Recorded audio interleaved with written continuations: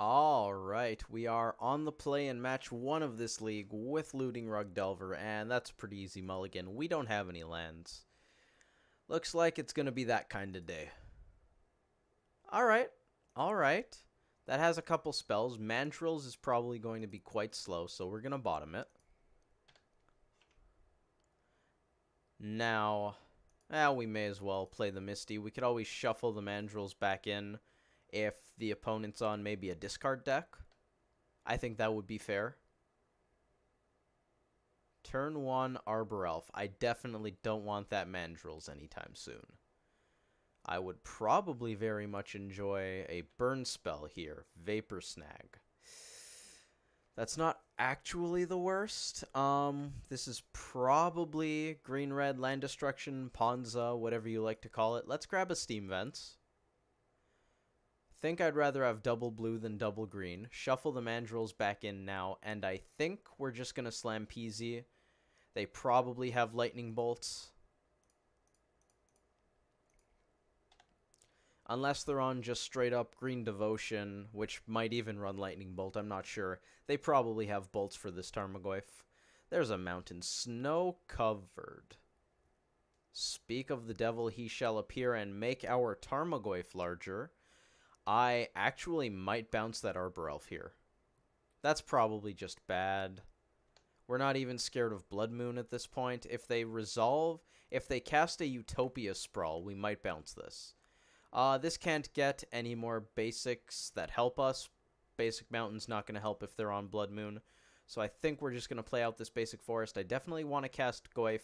Hold up this for if they put a Utopia Sprawl on the stack. Is it worth fetching and shocking to thin our deck slightly? It's probably not. Especially with Faithless Looting in the deck. I think there's a pretty good chance that's going to enter our graveyard a very different way. Alright, we got a clock on board. We technically might have Disruption. Maybe I should bounce this just so that they don't hit 4 mana here. That might actually be good enough. Slow them down just a touch. Yeah, I think that's probably what we want to do. I don't like it by any means, but I think it's probably a good idea. I would not be too surprised if we saw something like Monvuli Acid Moss, I think, is a 5 mana spell, but it might be 4. I'm thinking things like 4 mana Garruk, 4 mana Koth. They're probably not playing Koth. 4 mana Planeswalkers, that kind of thing.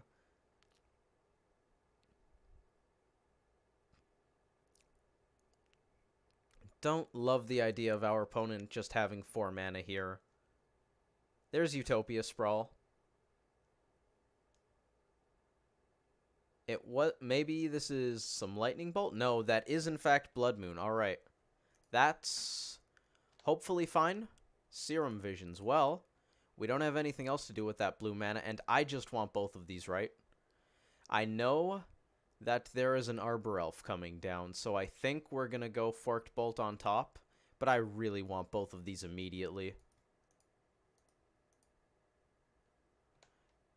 Serum Visions grows the Goyf, and second Goyf. Your move, opponent. We can play that land, but we're not gonna.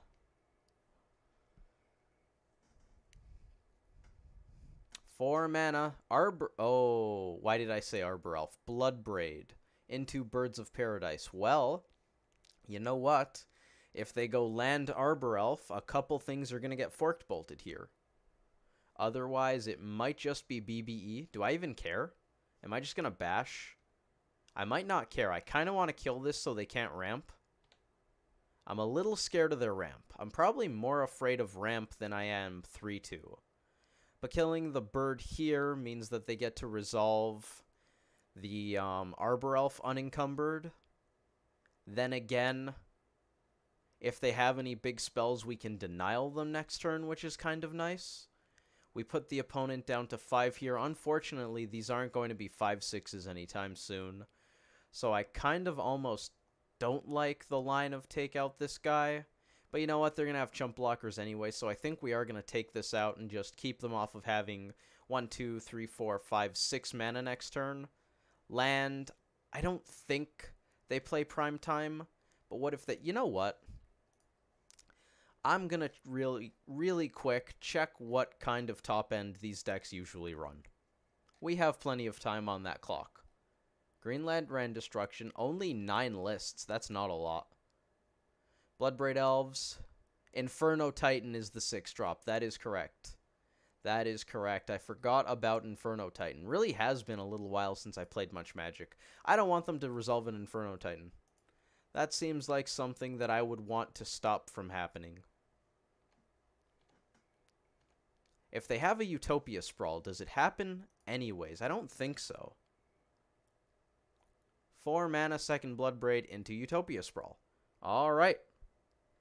So they're going to have blockers, but I think they probably just double block a Tarmogoyf here.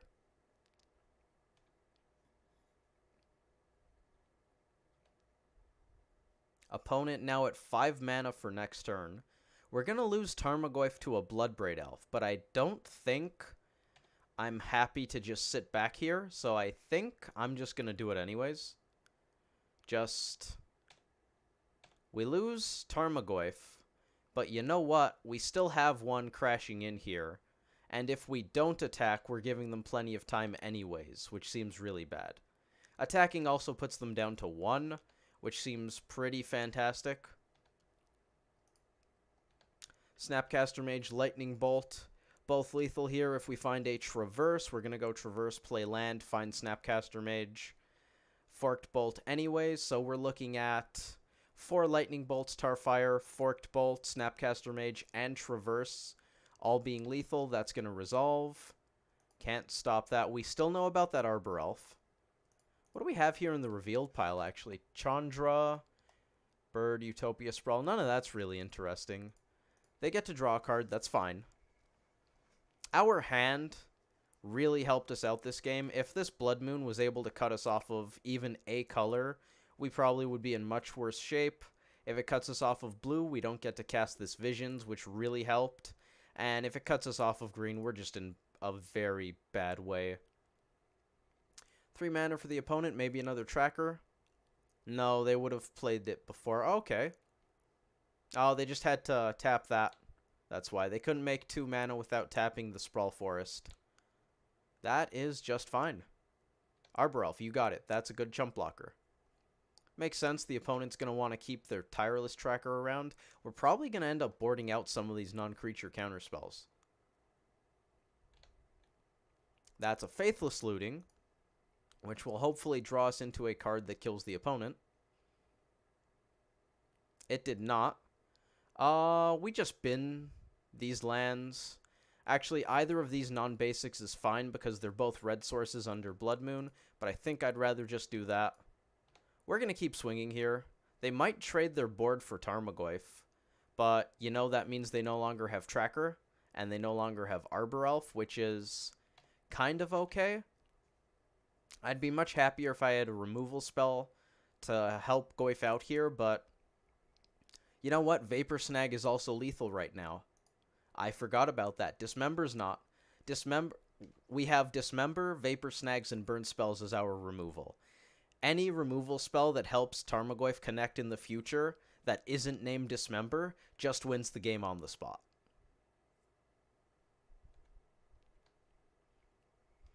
So I don't think it's very bad to crash in there. We're going to take some damage off of this tracker with almost complete certainty here. Crack Clue. Nope, we're doing stuff. We are doing stuff. Can it be countered by a Stubborn Denial? It can't. Now they probably swing with that, hold back Tracker.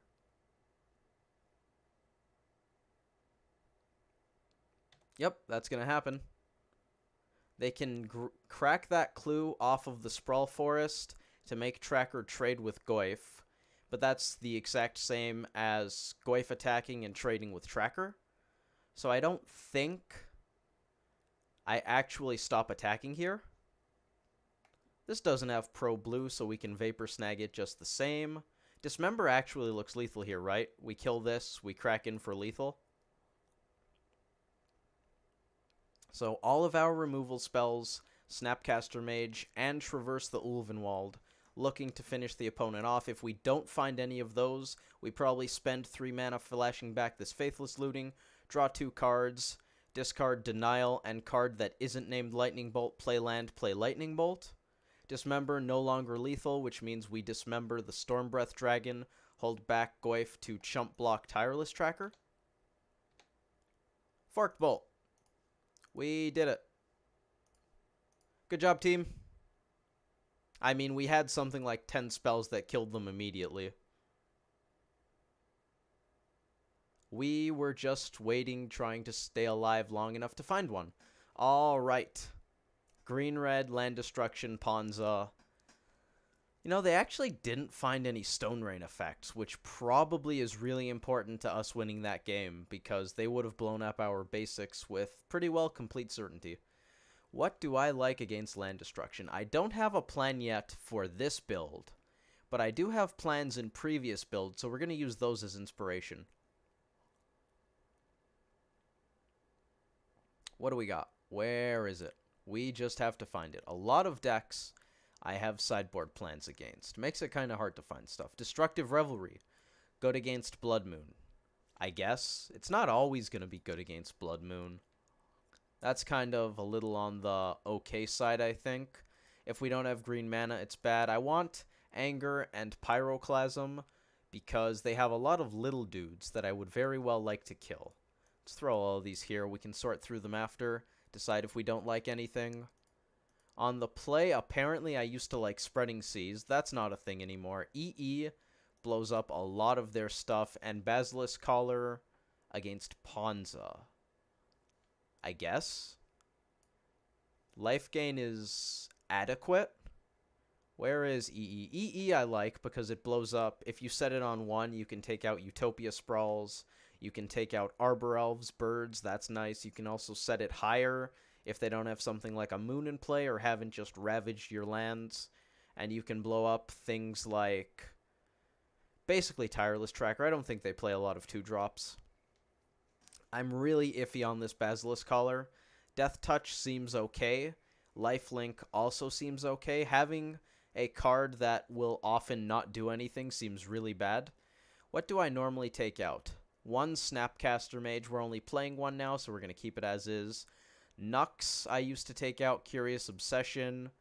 Spell Snares and Mana Leaks. Alright, we're going to cut expensive counter spells. We'll start there. Vapor Snag probably is going to go in a non-zero amount. Spell Snare's not going to hit that much. I kind of like the idea of Spell Pierce. Traverse sounds excellent. We have 15 creatures. I don't really want to cut a Young Pyromancer. I don't think we're going to board in that Basilisk Collar. I kind of want all 4 of these. That does make PZ worse, so I think this is acceptable. Although Dismember isn't going to be great against them. It is a removal spell that we can cast off of any land that produces mana. So that seems pretty valuable against Ponza. So I think we're going to keep the deck like that. This seems pretty good. We have access to some lands. We can fight Blood Moon if they don't just blow up a bunch of lands on our side. We've got Bolt. We've got Pyroclasm. We're going to Bolt this. We're not going to go for the really good Pyroclasm because I don't want to see a Blood Moon. Also, we just found that. Let's pay Shock. Kill that right away. Just none of that, opponent. I don't want to see it.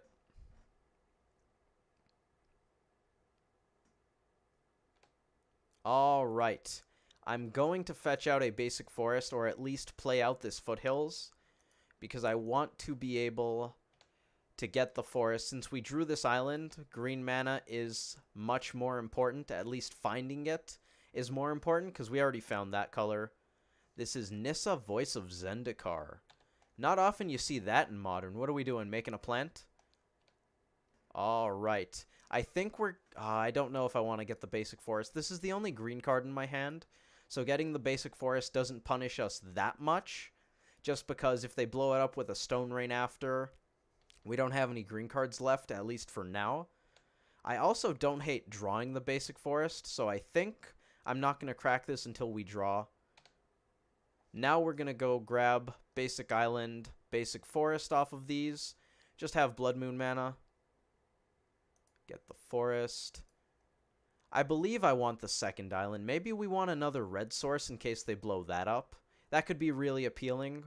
We actually don't have that many blue spells, and we can save our island for when we do need it. So you know what? We're going to do this.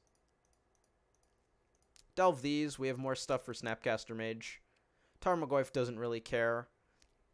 Traverse very well may just get a basic land in this matchup, so that's probably not even a huge deal. So what do we got here? We can put counters on our dudes, and we can gain life and draw cards. 4 mana, Bloodbraid Elf, that's pretty good. Makes me happy I have Pyroclasm. That means we're not blocking. Unless they bolt face, in that case we are blocking. Either way, we take 3. Not really much interesting about that. Alright, so we took 3 to the dome. They're just not going to swing. We're going to Pyroclasm anyways, so that's fine. This probably makes a plant and then gets punched in the face by Mandrills. We could finish Nissa off with a bolt, but that's probably not worth it. Alright, so we're going to Pyroclasm here. We're going to swing. That costs us 2 mana. We can hold up Snapcaster Mage if we play out that island, which doesn't seem awful. We definitely don't have green spells, so we're going to do this. That's an easy step 1. Think I want to start going at this. I don't want them to start putting a bunch of counters on their 1s and 2s. Things like Birds of Paradise, Arbor Elf getting bigger kind of scares me to an extent. I also don't like that we're attacking it instead of them. This is iffy. This is very, very iffy. I don't know who we're supposed to attack here. I think I'm just going to go face. Let's go face. I also might just play out this island so we can Vapor Snag something here, which sounds at least somewhat decent. If they play a Storm Breath Dragon, I want to put it back in their hand and then probably bolt their face with the other mana we have up.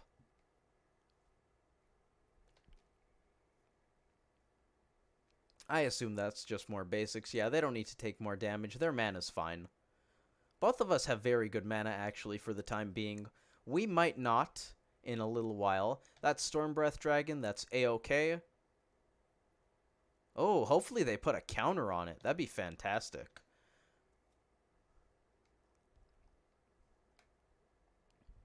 Yeah, that's fine.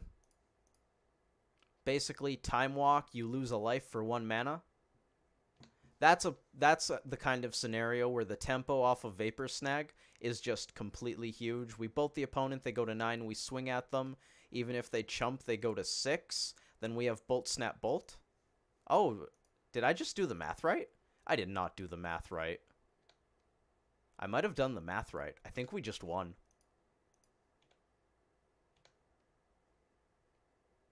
Knock on wood.